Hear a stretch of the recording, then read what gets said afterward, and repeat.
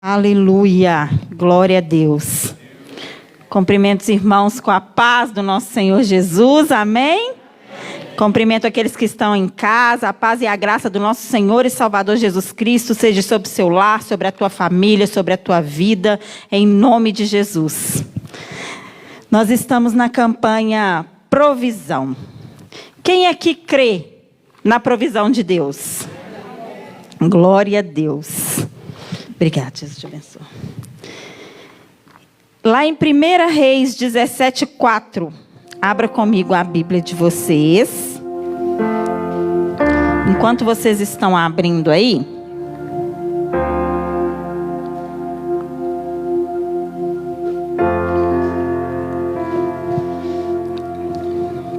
eu vou ler aqui para vocês o significado da palavra provisão.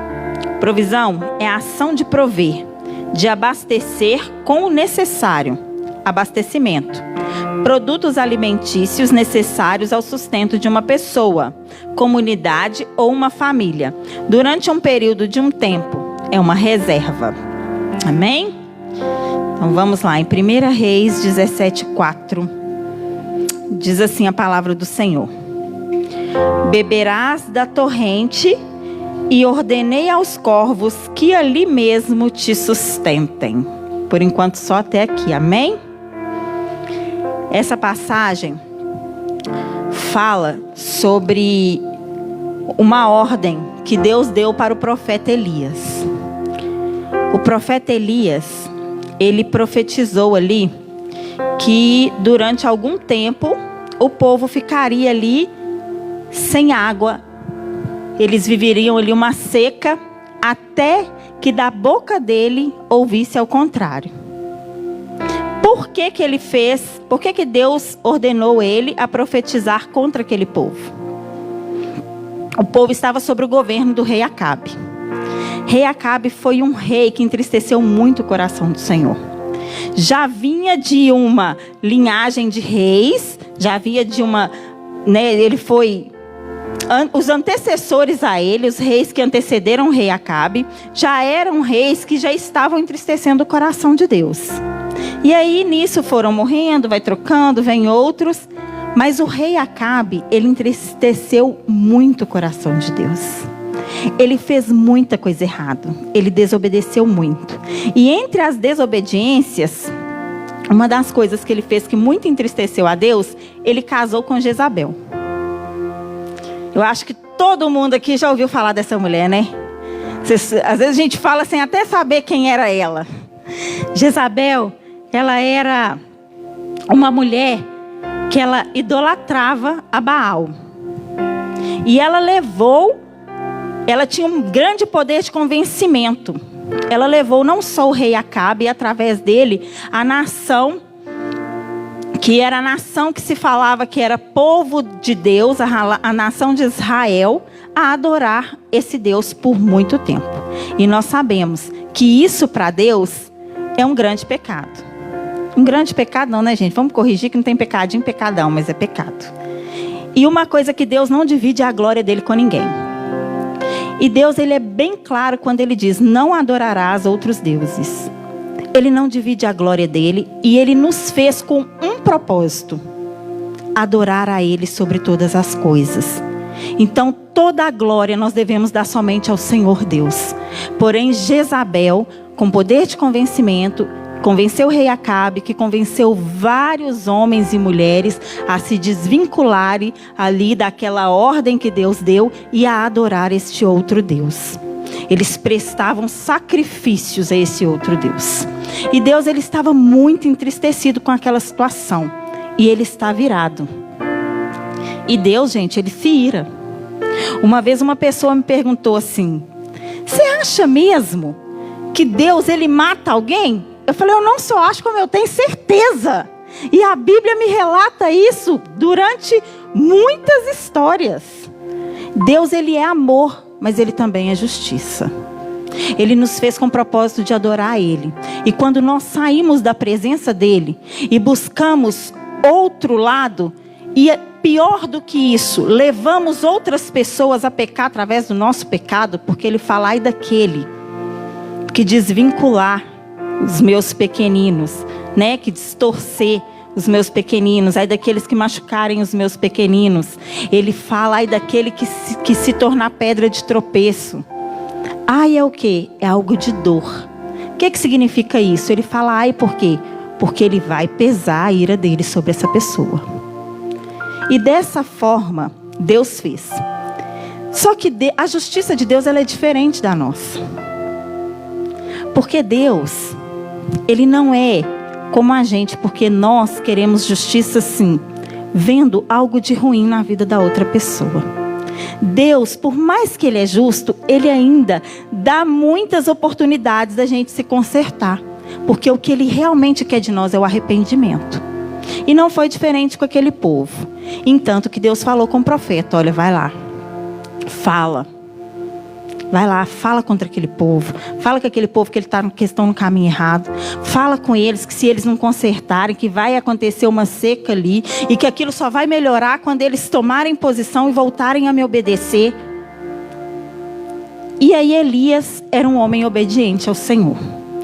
Ele foi um grande homem de Deus. E ele foi lá e profetizou contra aquele povo. Mas ele não estava profetizando contra qualquer pessoa, não. E ele profetizou algo que também atingiria ele. Eles passariam todos por um período de seca. Quem estivesse naquele lugar sofreria a consequência daquela seca. Porém, Deus ele não abandona um filho obediente. Esse é o primeiro ponto que eu quero falar para você. Deus, quando tudo está contra você, Deus ainda assim provê sustento e segurança. Ele protegeu Elias, porque Jezabel e Acabe mandaram várias pessoas perseguir e a ordem era para matar aquele profeta. E Deus falou, você vai lá e profetiza. E depois você vai ficar lá à beira do rio Querite. Dali você vai ter aonde beber. Você vai ter água para se hidratar. E eu vou dar ordem aos corvos. E eu acho essa passagem muito linda. E eles vão te alimentar. Pensa, gente, é coisa sobrenatural. Aconteceu um período de seca. Consequentemente, se tem seca, tem fome. Porque para plantar o que comer e para colher o que comer, você precisa regar. Você rega com o quê? Com água. Não tem chuva, os riachos secando. E onde que aquele povo ia arrumar água para poder regar as plantações? E Deus falou, olha, de você eu vou cuidar. Você tem me obedecido, você tem ouvido a minha voz. E aquele que é comigo eu jamais desamparo. E se você está aqui nessa noite, eu não sei qual a área que você precisa de provisão, mas uma coisa eu tenho certeza. Enquanto você for fiel a Ele, Ele jamais te desamparará. Porque Ele é um Deus de justiça, mas Ele também é Deus de provisão. Ele é Deus que tira o sustento aonde ninguém vê. Ele é Deus que levanta o caído. Ele é Deus que abre porta até aonde não tem parede. E Ele faz tudo a favor daquele que é fiel a Ele. E foi assim na vida de Elias. Deus ordenou ali os corvos que alimentassem o teu servo. Gente, eu fui fazer um estudo sobre os corvos. Eles são animais inteligentíssimos. Entre os pássaros, eles são considerados o pássaro mais inteligente. Eles são comparados aos chimpanzés e aos golfinhos, que são animais muito inteligentes. Só que eles são animais solitários e egoístas. Eles não dividem a comida deles com ninguém. Eles até muitas vezes se fingem de mortos quando eles se alimentam de animais mortos, né? Nós sabemos que a gente conhece como carniça, que a gente fala, né? Eles se alimentam daquilo. E quando chega um corvo e tem algo ali, um animal morto, ele é capaz de fingir de morto se ele vê outro corvo por perto só para não dividir o alimento. Vocês sabiam disso? Olha para você ver como é que é algo de Deus. E sobrenatural. quando Deus manda, todo mundo, vou consertar isso aqui, mas quando Deus manda, até a natureza, até os animais agem a seu favor, porque eles obedecem. E aí Deus deu uma ordem. E sabe com o que os corvos alimentaram Elias? Pão e carne.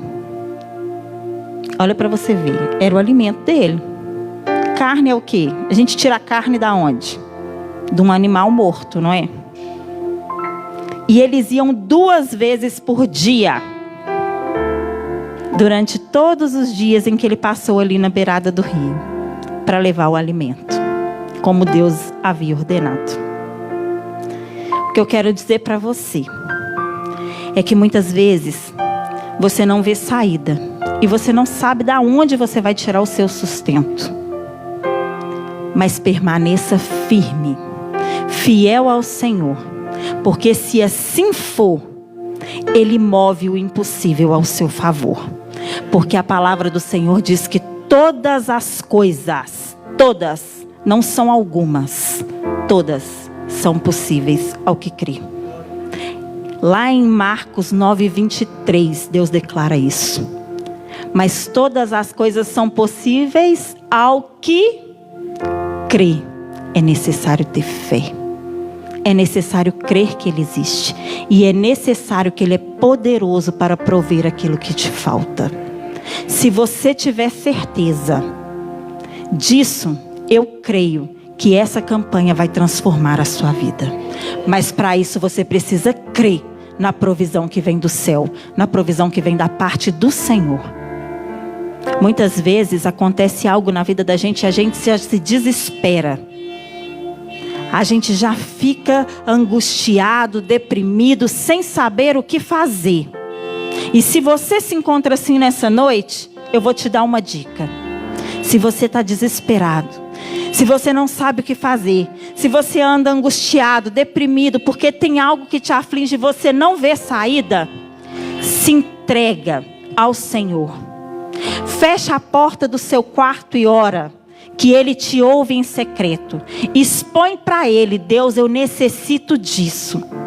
E eu creio na provisão do Senhor. E creia no mais íntimo do seu coração que Ele vai prover. Ele é Deus. E Ele não mente.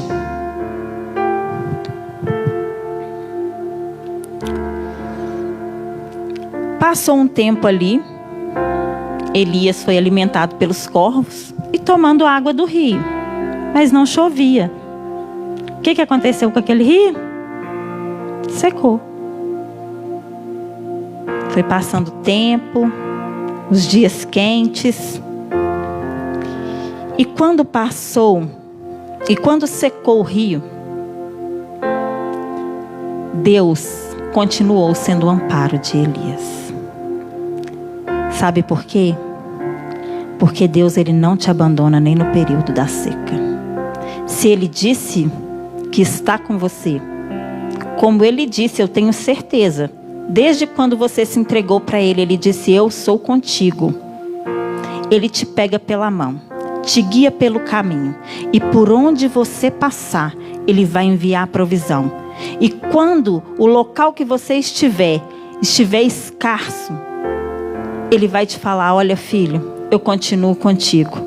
E Ele vai te direcionar para o caminho, aonde Ele vai continuar provendo na sua vida, porque Ele é Deus. E foi assim na vida do profeta. Ele falou com ele: olha, agora eu vou te direcionar para uma cidade. Você vai até lá. Neste lugar, você vai encontrar uma viúva. E dela vai ser o seu sustento. E ele obedeceu.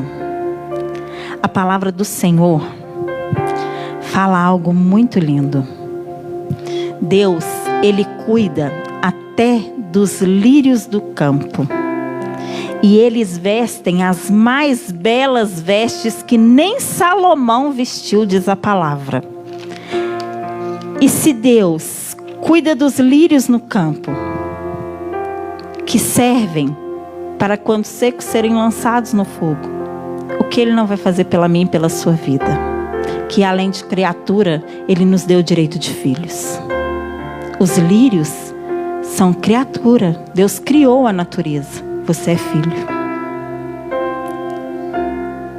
As aves do céu, elas não plantam e nem colhem, mas elas não ficam sem o alimento. E para elas são separados os melhores frutos.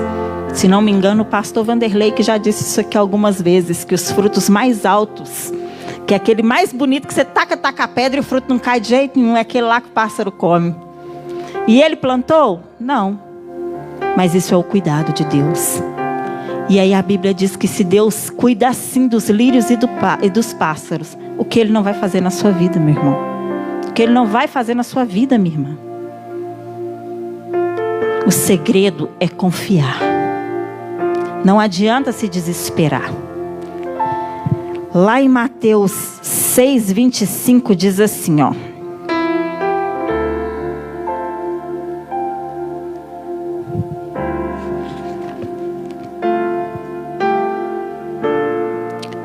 Do 25 ao 34. Por isso vos digo, não andeis ansiosos pela nossa vida, quanto ao que haveis de comer ou de beber, nem pelo vosso corpo, quanto ao que haveis de vestir. Não é a vida mais do que o alimento, e o corpo mais do que as vestes? Observai as aves do céu, elas não semeiam, elas não colhem, nem ajuntam em celeiros, contudo o vosso Pai Celeste as sustenta. Portanto, não valeis vós muito mais do que as aves? Qual de vós, por ansioso que esteja, pode acrescentar um covado ou um curso na sua vida? E por que andais ansiosos quanto ao vestuário? Considerai como crescem os lírios do campo, eles não trabalham, nem fiam. Eu, contudo, vos afirmo que nem Salomão, em toda a sua glória, se vestiu como qualquer um deles. Ora, se Deus veste assim a erva do campo, que hoje existe e amanhã é lançada no forno, quanto mais a vós, homens de pequena fé.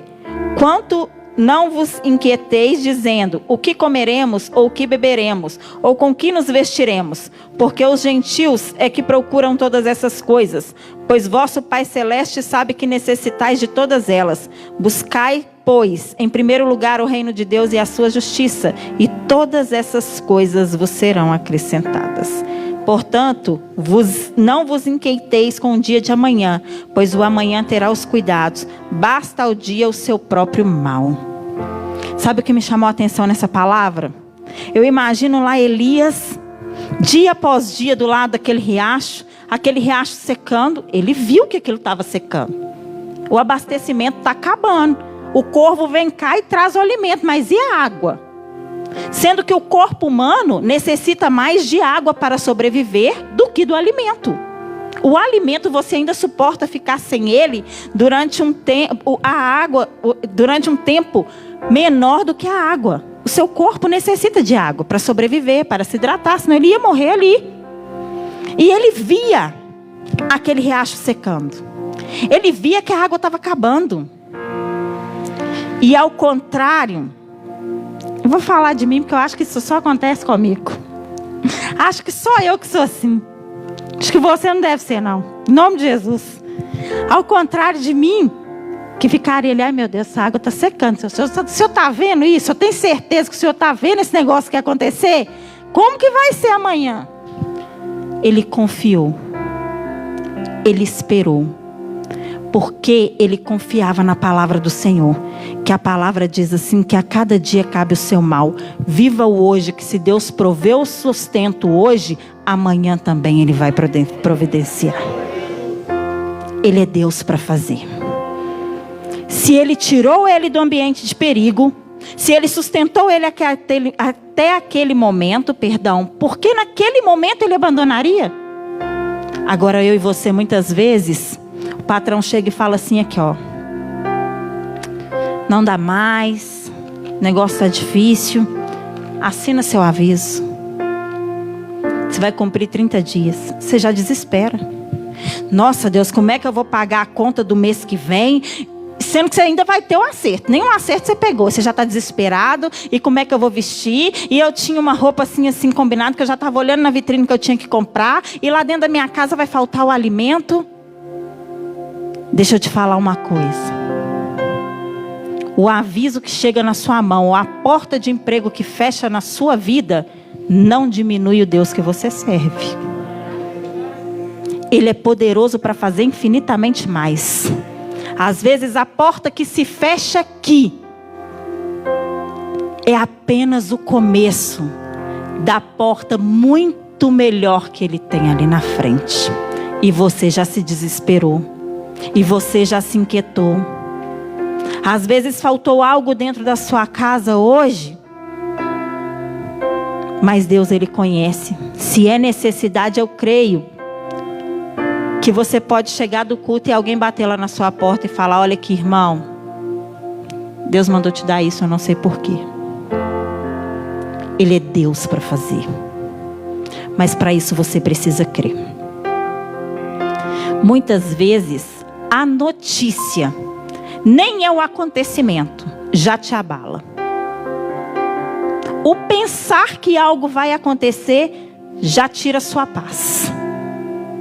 Nem é o acontecimento, é o pensamento. Mas Deus tem uma palavra para você. Que se você buscar o reino dEle e a justiça dEle, tudo Ele vai acrescentar. Que você pode ficar em paz. Que se hoje não tem, amanhã Ele vai prover. É assim que Ele faz. E não foi diferente na vida daquele profeta. O riacho secou. Ele pegou e falou: olha, agora você vai lá. Vai procurar lá na cidade de Sarepta. Existe ali uma viúva. E aquela mulher vai te sustentar. E ele creu naquilo. Ele nem pensou, gente, que aquela mulher também estava passando por período da seca. A seca era geral. Ele falou: que Deus mandou, algo tem lá na casa daquela mulher e eu estou indo. Eu obedeço à voz do Senhor. E eu sei que se Ele prometeu, Ele vai cumprir. Porque muitas vezes Deus prometeu na sua vida e você tem questionado: por que ainda não aconteceu? Você acha que o Deus de Elias é diferente do seu? Se Ele não mentiu para Elias, por que Ele começaria a mentir agora? Se Ele é completamente contra a mentira e tudo que existe na terra, tudo que existe no universo Ele criou. A única coisa que Ele não criou foi a mentira, porque nós sabemos bem quem é o pai da mentira, é o diabo. Por que você pensa que para você não vai acontecer se Ele prometeu? Por que você duvida? Por que seu coração muitas vezes acelera? Se Ele disse: aquieta, eu sou contigo. Não te assombre, eu sou o teu Deus. Sou eu quem te ajuda e te sustento com a destra da minha justiça. Às vezes nós cantamos aqui com tanto entusiasmo: e se eu cair, a sua mão me levantará. Mas quando você está caído, você se entrega e se afunda cada vez mais no poço, no fundo do poço. E esquece que a mão dele está ali só esperando você esticar a sua. O que nos falta muitas vezes não é a provisão do Senhor. É a fé que não deixa a provisão chegar.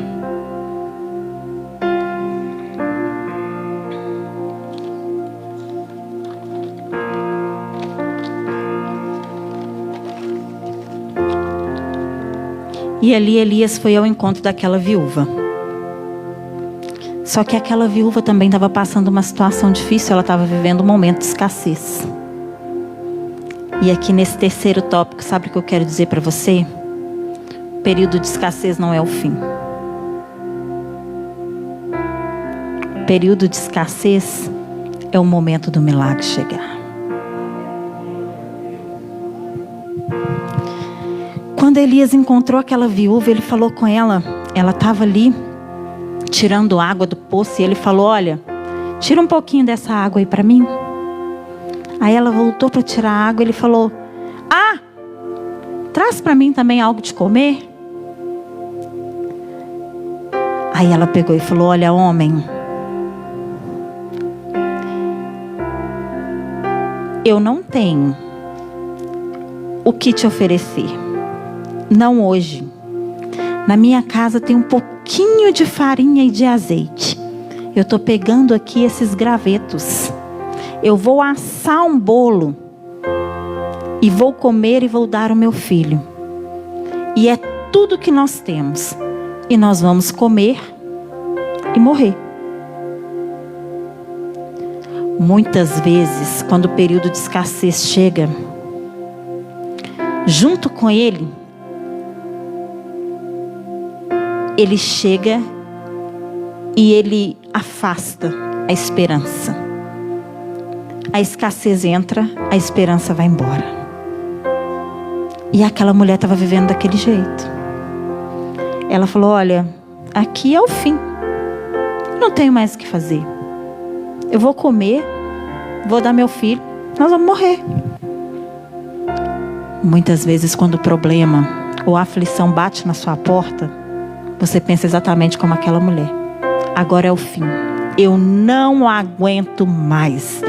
Deus, dessa vez eu morro.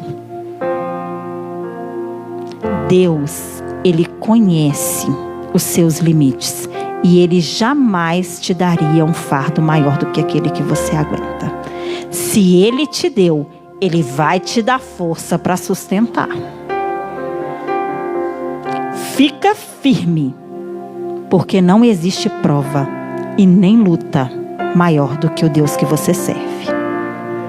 Não existe onda e nem tempestade no mar que vai te afogar, porque quando as suas forças terminar, Ele ordena de lá e fala: olha, cessa-te, porque até aqui Ele suportou. E Ele te pega no colo e te leva para a praia para você voltar a respirar. Tenha certeza do Deus que você serve, meu irmão. E aí ele pegou e fez uma proposta para aquela mulher. Elias falou: olha, mulher, vai lá, faz exatamente dessa forma. Pega aquele tiquinho lá de farinha, pega aquele resto de azeite, faz de comer, mas traga primeiro para mim. Olha que coisa louca, gente. Quando eu lia isso, você sabe o que eu lembrei? E é coisa recente, todo mundo aqui vai lembrar. Você lembra da greve dos caminhoneiros? Anunciou a greve, o supermercado virou um caos. Todo mundo que tinha ali uma reserva correu. Na prateleira dava briga. Se assustava, se demorasse um pouquinho, você chegava lá e não tinha nada. Sabe o que é isso? Falta de confiança em Deus. Aquela mulher poderia virar e falar assim: quê? Eu estou te falando, você não está ouvindo? Que o que eu tenho é um pouquinho para eu comer, dividir para o meu filho, nós vamos morrer. Eu vou te dar e vou comer o quê? Vou tirar da boca do meu filho e vou te entregar? Mas ela não pensou dessa forma. Ao contrário de nós.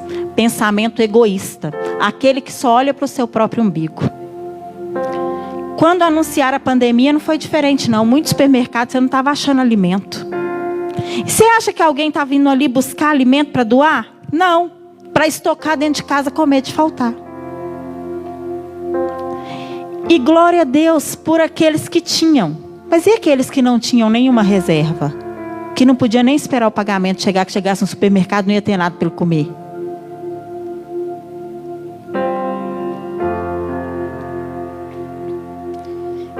Aquela mulher, ela fez diferente. O que eu quero falar para você é que se o anúncio da escassez bater na sua porta, não se desespera não. Se Deus mandar alguém lá e falar assim: olha, eu vim aqui porque eu quero te comer. Se você não tem, tira o pouco. Se você tem pouco, tira o pouco e doa. Divide com quem não tem. Sabe por quê? Porque Deus, Ele multiplica. Eu vou contar para vocês algo que eu vivi dentro da minha casa. E foi muito parecido com algo que essa viúva viveu. E ali, ela foi e fez aquilo que o profeta falou. Ela assou o bolo, entregou para ele. Quando ela voltou, a vasilha transbordava de farinha. O azeite já não faltava mais.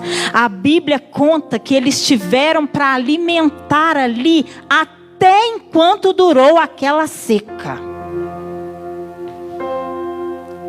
E olha, quando começou essa pandemia, uma coisa que ardeu no meu coração, que eu fiquei desesperada, eu já comecei a pensar.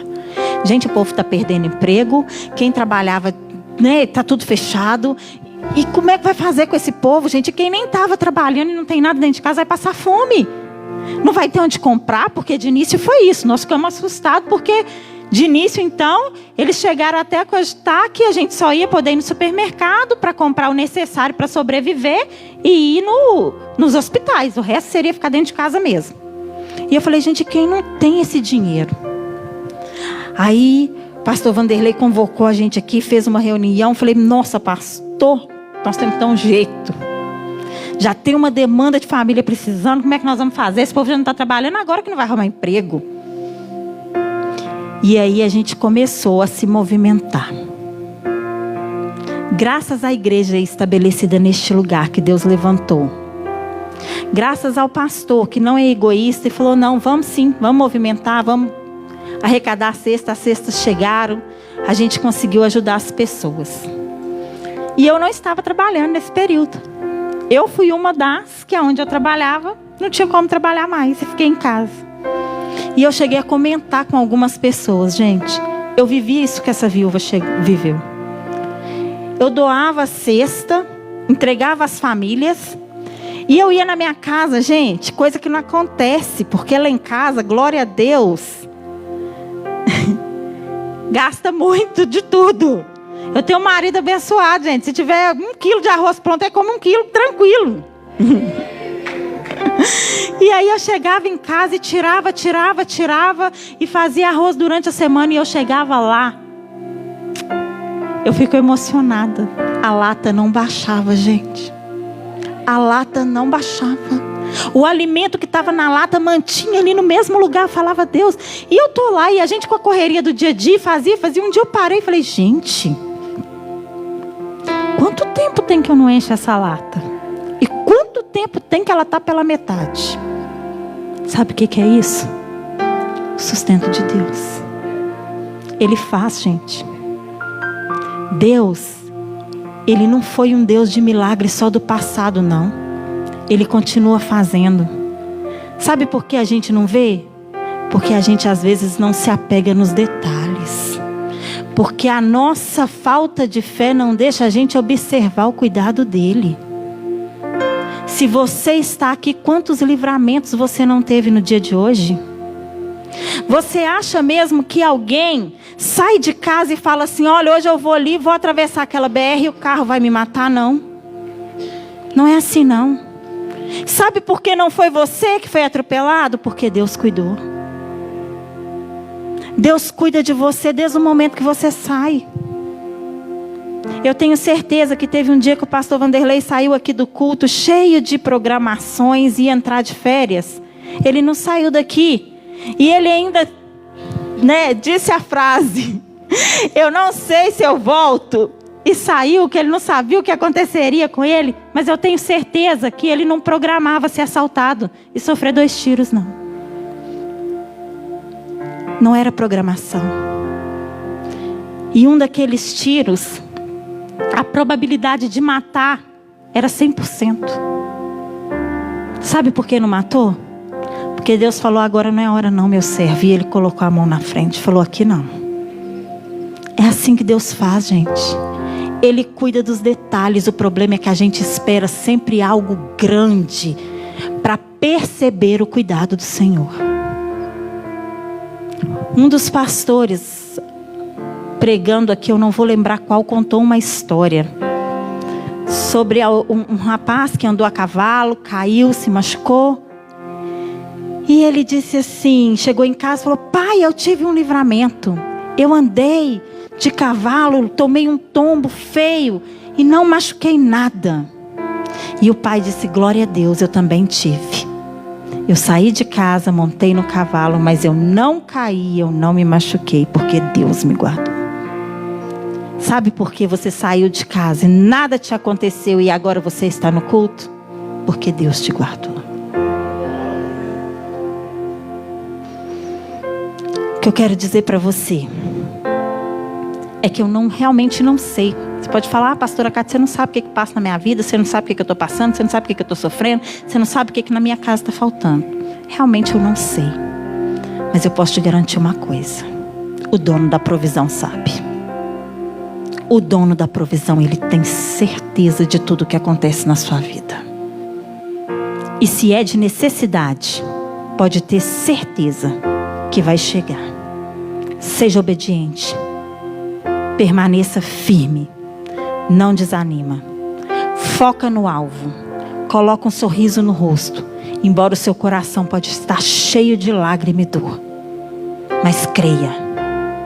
Porque nessa noite Ele te trouxe aqui para falar com você mais uma vez. Eu sou o seu Deus. Eu te ajudo e te sustento. Eu te pego pela mão. E não há nada, nada que possa parar o meu mover na tua vida. A não ser você. Tenha fé. Venha comigo. Vamos. Porque vai chegar o momento.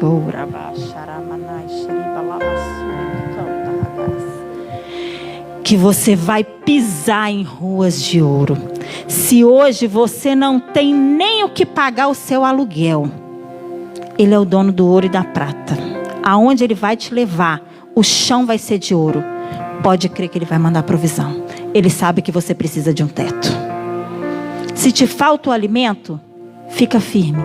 Ele sabe que sem Ele você vai morrer. Ele vai prover na sua vida. Não tenha medo. Ele é Deus. Ele sempre foi, Ele continua sendo. Ele fez o milagre. Como o pastor Adeucio pregou aqui, semana passada, sobre a viúva que iria perder os seus filhos para os credores. Ele enviou ali o milagre, Ele enviou ali a provisão. Ele enviou a provisão. Os corvos levavam alimento para Elias. Ele levou através de Elias a provisão para a viúva que estava ali, abandonada com seu filho, esperando somente a morte. Se você entrou aqui nessa noite e o desespero te tomou a ponto de que você só está esperando a morte, deixa eu te falar uma coisa: muda essa chave. Coloca aquilo que te faz desesperar perante ao Senhor, porque até a morte Ele transforma em vida. Deus, Ele nunca te abandona. Ele não te deixa só. E para finalizar, eu quero ler aqui, 2 Coríntios 12:9, é um versículo que eu gosto muito. Então Ele me disse: a minha graça te basta, porque o meu poder se aperfeiçoa na fraqueza. Deixa eu te falar uma coisa. Se aquilo que é a sua necessidade hoje é também a sua fraqueza, aquiete seu coração. Porque aonde para você já não tem mais jeito, não tem saída, a fraqueza tomou o lugar da esperança, é ali que Deus age. Porque é nesse momento que o poder dele se aperfeiçoa na sua vida. É nesse momento que Ele manda a provisão. É aonde você já não sabe mais o que fazer. Amém? Eu quero neste momento orar com você. E quero que você saia daqui convicto que o Deus que fez o milagre na vida de Elias, Ele vai fazer na sua vida. Se necessário for, Ele manda o corvo bater lá na sua janela e entregar o alimento que você precisa. Mas Ele não vai deixar você morrer nesse deserto, não. Oh Deus, Pai amado, querido, Deus de poder e de glória e de graça, Deus, em nome de Jesus, Pai, eu quero, Senhor, colocar aqui a vida de cada irmão, de cada irmã. Ó Deus, a vida daquele, ó Pai, que se encontra desesperado. A vida, ó Pai, daquele, ó Deus, que já não sabe mais, ó Pai, o caminho da saída. Aquele Deus que perdeu o caminho e não sabe mais como retornar ao seu destino. Aquele, ó Deus, que se desesperou, ó Pai, porque não via mais saída. Que parecia, Deus, que todas as portas haviam se fechado. Ó Deus, eu quero colocar essa pessoa perante ao Senhor e pedir ao Senhor, Deus, envia provisão, Pai. Envia provisão na vida da mãe, ó Pai, que precisa de um milagre na vida do teu filho. Envia, Deus, a provisão, ó Pai, na vida do pai que não tem o que colocar na mesa para a sua família. Envia, Deus, provisão àquela pessoa, ó Pai, que se encontra enferma, Deus, e que os médicos já decretaram a falência, a morte, o fim da vida. Deus, o Senhor tem poder de mudar diagnósticos médicos, ó Pai. Que o Senhor venha tocar agora nessa pessoa que está no leito de hospital. Ó Deus, que o Senhor venha tocar na vida deste pai de família que está à beira do suicídio porque já não aguenta mais, ó Pai, viver essa situação de escassez. Deus, que o Senhor venha nessa noite, ó Pai, abrir as janelas do Senhor e derramar as suas bênçãos, ó Pai, sobre a vida do teu povo. Aqueles que te obedecem, aqueles que creem no Senhor, Pai, eles verão sim o seu milagre. Ó Pai, aquela pessoa, Deus, que ainda não teve a oportunidade de te conhecer, que não crer no Senhor, essa também verá o seu milagre para ver que o Senhor é Deus sobre todas as coisas e que a vida dela, Pai, seja transformada. Alcança, Deus, aquele que está na tua casa. Alcança, Deus, aqueles que estão aqui, ó Pai, dentro da igreja. Aqueles, ó Deus, que fazem parte do teu corpo.